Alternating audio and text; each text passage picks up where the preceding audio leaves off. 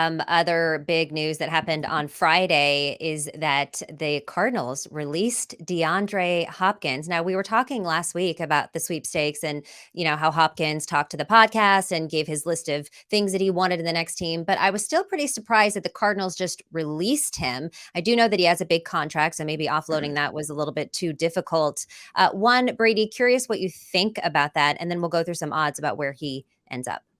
I'm more curious how Will's drinking from this tiny thimlet, little thimble, if you will. Whatever you want to call that little cup. Is that an espresso cup? Or what is that? It is. It is. I was I actually had like a glass, and I was like, it'd be a lot funnier as this tiny little cup. Like I feel like Brady will see this tiny little cup and think it's hilarious. So I think it's adorable, is what it is. It looked like you got one of my daughter's play sets. I've purposely there actually might not be anything in there. I've just been sipping from it because I thought that you would find it amusing if I had this tiny little thing. And he did. Yes, he did. To try to, what was the question? What were we talking about? Deandre Hopkins released. Yeah, to see they released. He isn't officially released until 4 p.m. Eastern today, I believe, because of the holiday weekend. So that was kind of caught up in the mess of everything on Friday when some of that was actually out there. So technically it's not, we've still got another hour and 10 minutes. And maybe one of the reasons why you float that out there is so to get you do drum up a better offer and you get something instead of nothing in exchange for him. So there is still that potential here in the next hour and 7 minutes or so before the 4 p.m. Eastern deadline. Look, it potentially was the fact that he, wasn't happy with the scenario of where the team was. We don't really know. I mean, only DeAndre Hopkins knows. I feel like we do know. I feel like he made it pretty clear he didn't like what was going on in Arizona. Well, yeah, I mean, him and some other players, but it'd be like if your significant other kept saying, "I just want a kitchen that's clean. Like I just want to have a kitchen that doesn't full of dishes."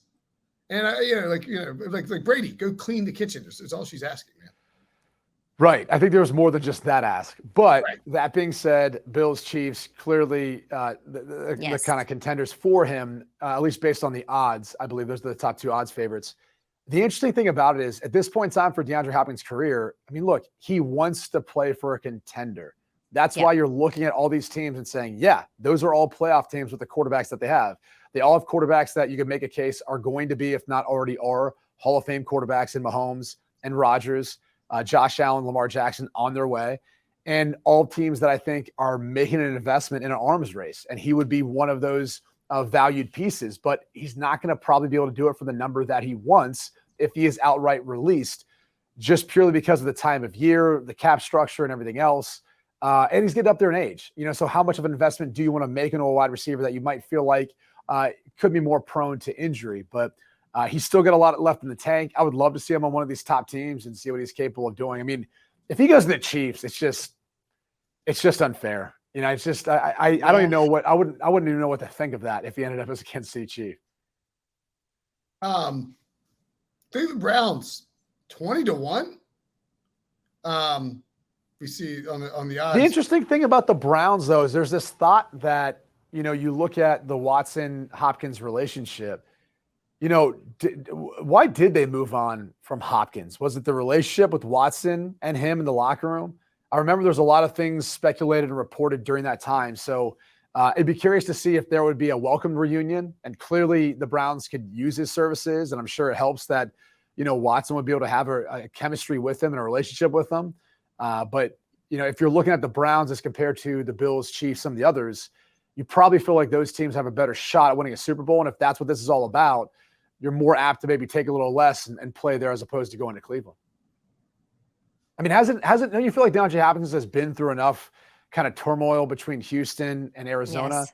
Like maybe he's looking at one of these other opportunities as more stability too and saying like, yeah, if Stefanski and the Browns don't play well this year, what happens there?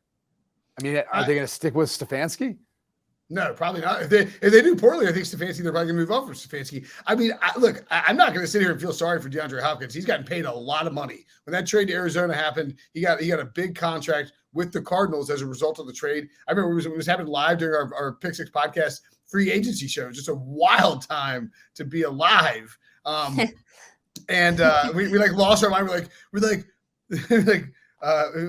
David Johnson's traded. Oh my God. And then it was like, he's traded for DeAndre Hopkins? What the hell is going on around here? to quote Taylor Twellman. At any rate, like, yeah, maybe there's something there with the Deshaun Watson stuff. I think I would actually argue that I think DeAndre Hopkins probably a little overrated at this point. You know, a lot of name value. Wow. Okay. He's older. He's been injured. He's coming back. He missed the first 6 games last season. It's kind of tough to get in a rhythm when you're, coming in halfway through. He missed it because he was taking PEDs. Allegedly. All right. Then why was he suspended if he was allegedly? Well, we can't always prove that. I mean, you can look into the mixed martial arts world, and a lot of guys who get popped for stuff there too. A lot of that stuff's a little sketchy. I think protocol. I think we've seen a lot. Sure, the masking stuff is crazy. I mean, like we're all masked up at all times. Brady, you're a big mask guy. You love masks. I think that you and Pete Briscoe, like when you guys would work out, you guys would wear masks or use masking agents all the time because you guys love masks so much. Anyway, the point being is that I think with DeAndre Hopkins, you see these guys who get older, production starts to slip a little bit, and then they start, maybe you get the PED, pop for the PEDs, and you wonder how will the future be as bright as it once was?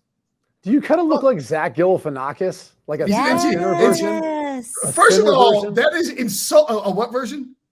A thinner version. Thank you. I appreciate you adding that. You're a thinner, picture that was Zach heard. Galifianakis.